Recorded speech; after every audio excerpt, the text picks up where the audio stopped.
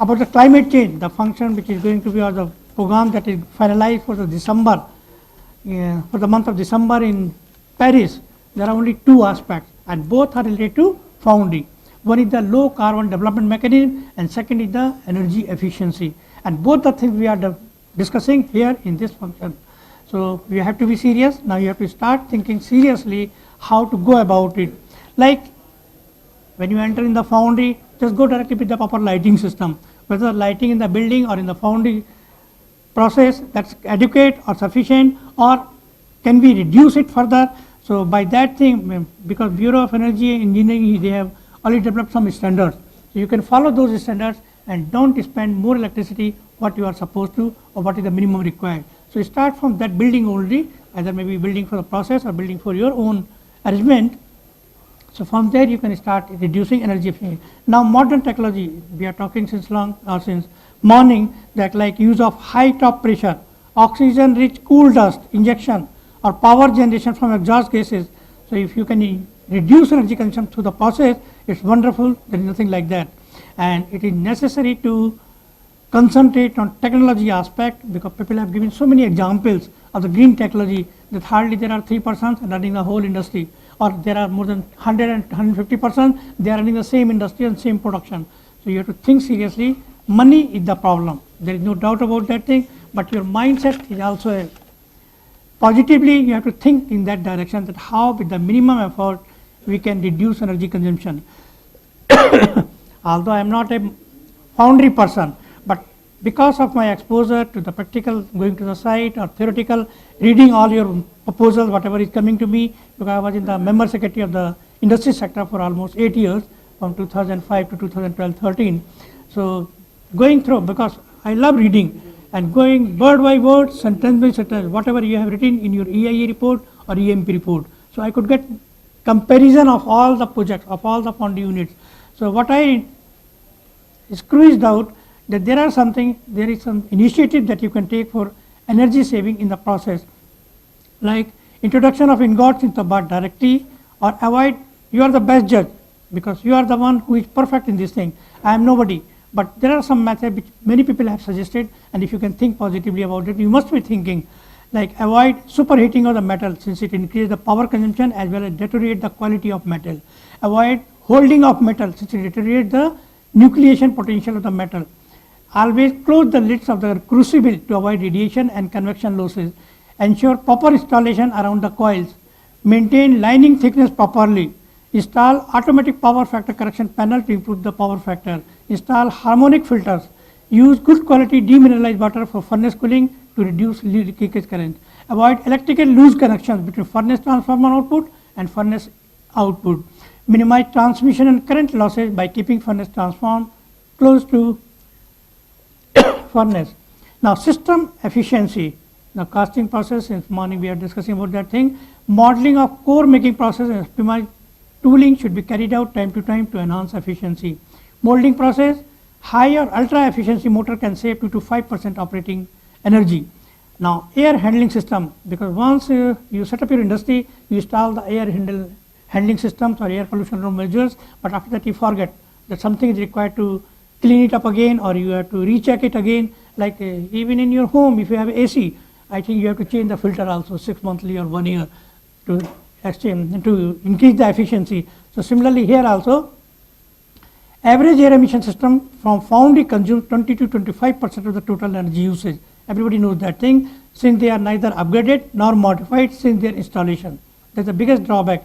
A lot of energy can be saved by improving piping design, baghouse design, duct design, computer monitoring. In just a session we ended, everybody suggested this thing, that you have to check all these things.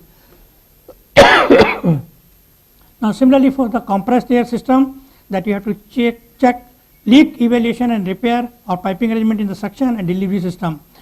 Mind you that air pressure may be reduced to minimum possible just to perform the work, since reduction of 1 kg per centimeter square air pressure, it saves around 70% of the energy. Now another thing, core of binder system, you are the perfect man for all these things. I am not the technical person to communicate all these things, but because I have compared, I have learned something, so I am just going to, if somebody is not doing these things, if somebody is not adopting these methods, somebody can think about. Now Reduction of VOCs, volatile organic compounds, in methyl ester derived from the vegetable oils reduces the emission of benzene, toluene, xylene and naphthalene, which are hazardous emissions, during pouring, cooling and shaking by 20 to 30%. Now water, we should use green structures in the water system for cooling instead of energy consuming air conditioning. Generally water is not a problem for the foundry industry, but even then we can make a difference by using cooling methods, by not using air conditioning. Now reuse of waste heat, whatever waste heat we generated in the foundry, if we can make use of that waste heat in generating power, because that's the difference that we did for the sponge iron plants in Chhattisgarh area, where we used to go and see the whole red structure over there.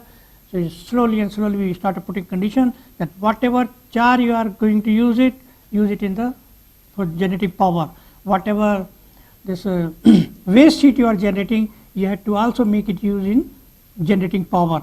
So on one hand, sponge iron, you are not, all that sludge and all that slag, you are not dumping on the road, so there is nothing like that, and plus you are making use of the waste heat for generating power. So that's one of the best use if you can make use of waste heat.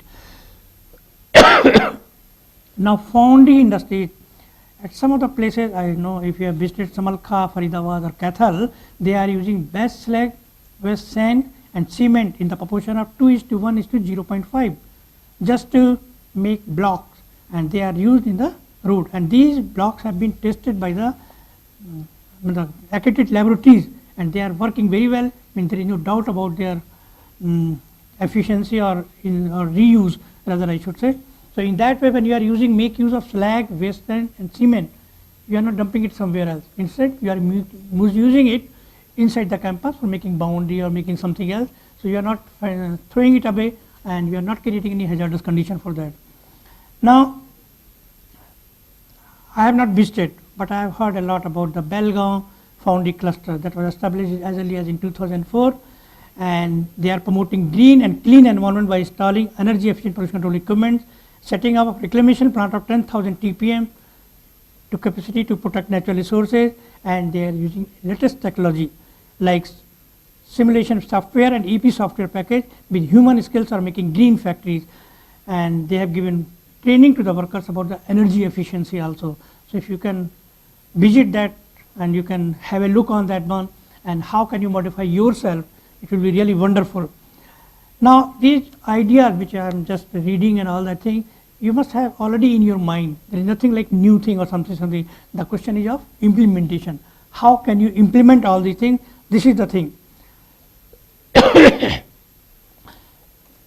Now use of clean energy, that is yet to be ensured by all of you, because there is SPM, SO2, CO, CO2 emissions, and cupola furnace is the most hazardous thing. I think you remember the Mathura refinery story where Supreme Court gave the order that no, cupola cannot be used in the Firozabad because it's creating pollution, whole lot of pollution over there.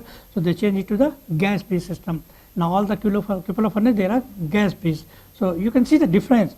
What was the situation then when you visited Agra at that time, and now what is the situation? So it's a now neat and clean environmental world. So similarly, you can think about here also that if you can replace cupola furnace, I don't know if the gas is available in that area, then you can go for gas based furnace, so that you can reduce all the emissions and you can have a clean furnace. Now you can use LPG also. LPG is almost available all over the country now. So you can use LPG also to reduce emissions. Now, now there are some of the alternative green energy solutions also where R&D work is in progress, research and development work is in progress. One is the proposal, at some places I think it's already used as a reductant for reducing the process, hydrogen. Because hydrogen means you can generate hydrogen from water. Just break it up, you will get hydrogen and oxygen. But the question is of getting water for generating hydrogen at such a large scale, and this method is not used presently in the normal iron and steel production due to economic reasons. But this may be possible in future if hydrogen gas is available and abundant as renewable energy. So much research is going on. I think day before yesterday I was in some function and some secretary DST was there, and he was communicating, Raghavan, Mr. Raghavan, he was there, he was communicating that thing, that at 10 different places R&D work is going on, research and development work is going on, that how to make use of iron in this hydrogen in iron and steel industry. Now it may also be possible to modify the current used gas-based process for DRI production, exploiting pellet or lump in the hydrogen reduction unit. Now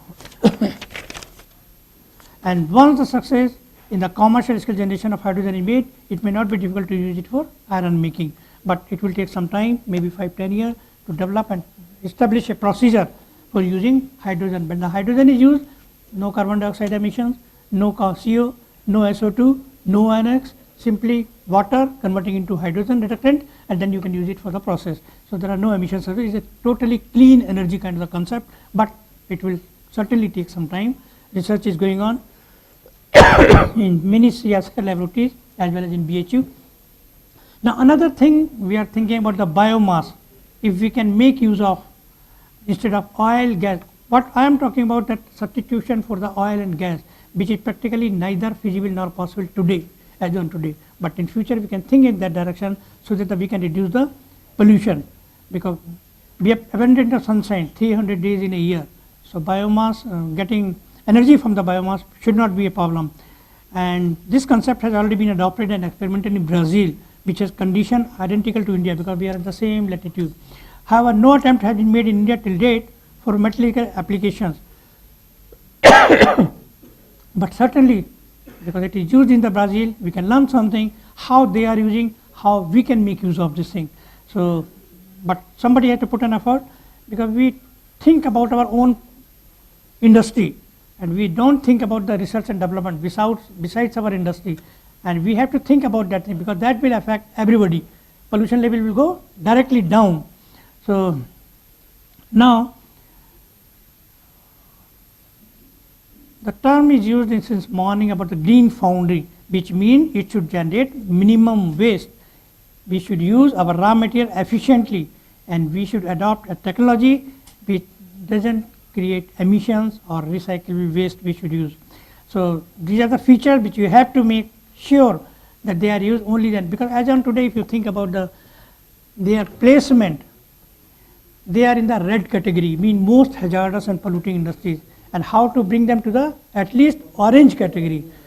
If you compare 30 years before and now, certainly there is a difference. There were highly polluting industries I have visited, and now when I visited recently, there is a change, automatic process or nothing. It's like any other industry, but there is no pollution at all.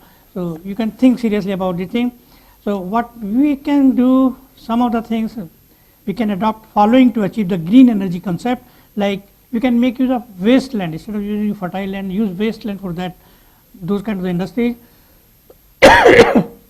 And technology should be eco-friendly type, and you can use modern technology which I suggested just now, high top pressure, oxygen influent, coal dust injection, because they are already in use. So the question is, there should be a close interaction between these kinds of industries. Otherwise we are working in isolation. Some are very bad, some are very good. Some are either lower class, some are top class. So that grip, that we should bridge that gap, and we should get exposure, and somebody should be able to convince that yes, we can do that thing, and we can do better and better in future. Now minimum use of thermal requirement, use of emission control devices, emphasis on audit for energy, develop new strategy for disposal of gaseous and fine gas. The thing is that you do the whole post-mortem of the process and equipments, and then you think yourself how best we can improve upon.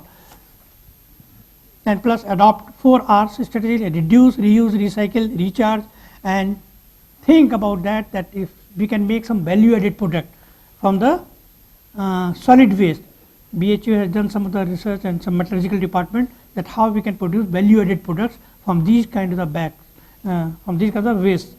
Now green belt is the most important part, because that filters your emission level. It doesn't go to your level, so they absorb all the things very quickly. Plus recently, not recently, in 2008, Prime Minister Action Plan was there regarding adoption of energy efficient technology in the industrial sector, and National Mission for Enhanced, almost finished, no problem. So, and now there is a more and more emphasis on the zero defect and zero effect. So we have to think about the redesign, reinvent overall manufacturing process to meet global benchmark and standards. So continuously you have to make improvement. There is no other way out. You have to incorporate the cardinals of total quality, environment protection, safe working, and optimum use of natural resources, energy, total productive maintenance, green manufacturing, environmental sustainability. Only then we can think about. Now 21st conference of parties to be held in Paris, I already communicated, and the two emphases are there: low carbon development, mean you have to think seriously about the reduction in the emission level, and second is the energy efficiency, how best you can make use of that thing, then you can contribute in climate change kinds of functions. Now really I am thankful to the organizer. They called me for a different kind of the topic, because all of you are foundry men. I am not a foundry man, but I have a practical experience going around here and there and seeing the things and comparing things, that what is good, what is bad. So I was able to communicate those things so that you can compare yourself, you can think about future, you think about yourself, because pollution is not allowed. Now somebody was telling in the morning itself that whatever emission level is there, that is connected to the CPCB, that is connected to the SPCB. So whatever effluent or whatever emissions you are generating, that is known to the government. So day by day you should put in maximum effort that how to reduce it again and again. Ministry is not against the industry, mind you, this should be very clear, but at the same time we cannot play around. So you have to think seriously, and you have to find out in the process and the equipment that how we can reduce it day by day. Daily you have to think about that thing, only then you can be avoided from the government, otherwise everybody is monitoring that thing. Thank you so much for the organizer, that they provided me a wonderful platform where I could communicate something from a different angle, because you are thinking from your angle that okay, this is a foundry, this is a thing, this is a thing, how we can go for more production or more something, but I will say that go for more protection of the environment also at the same time. Make money, no problem at all, but keeps money. Means somebody was telling that he has spent 60 crore rupees for the environment. Ministry always says that thing, that whenever you are preparing a document, environment expenditure should be part of that document. So that is the total cost of your project. So whatever you are spending on the environment also, that is part of the EIA-MP report or your project cost. So it's not a loss, it's a profit for you in future, because you won't get any torture from the government agency, or you won't create any problem for your employees or for yourself in that particular area. In the morning I gave an example about the emission effluent, what happens when you are doing some work at the site and you are getting exposed to all these kinds of things. Nobody else is getting affected. You are the first victim of all these pollutions. I think I should say thank you. Thanks for patient sharing. Thank you very much. Thanks for the exhaustive knowledge. Thank you so much for sharing your wealth of experience, sir. To further elaborate on the subject of energy efficiency, we have Mr. Vijay Prakash Saha, founder and mentor of South Asian Forum for Energy Efficiency. May we request you to come on stage, please? Okay. Brothers and single sister. This was told. Brothers and sisters, today's date, 11 September 1893, at Chicago. Today is the date when Swami Vivekananda, 122 years back, started his speech like this in the old religion of Parliament. There was a parliament for the religion where he talked on this subject. He told two very important points on that day: promote harmony and peace and not dismissal. He talked 122 years back, and today we are recirculating this talk. The peace, communal harmony, no dissent, friendship, that the brotherhood of man transcends the sovereignty of the nations. This is how he told. He told one very important point on that day, that this earth, when you put seed, you put water, you put some earth into this, then there is air. Then when this all combines together, these seeds makes a plant. It does not come in form of earth. It does not come in form of seed. It grows like tree. I will not take much of your time. I wanted to pay tribute to Swami Vivekananda on this day, and I am so delighted. I am so thankful to Madam Burma when she told me he's going to have the 11th seminar on 11th September. I told you, what a wonderful date you have fixed. It is a superb date, and it is going to be resounding success. The morning, overflowing crowd, the lot of people sitting on the panel, discussing on the foundry, and accepting certain things on the stage which we talk very privately. That foundry man, the foundry industries, the foundry things, who is there the foundry to discuss? So where is the people on the operating foundry? The journal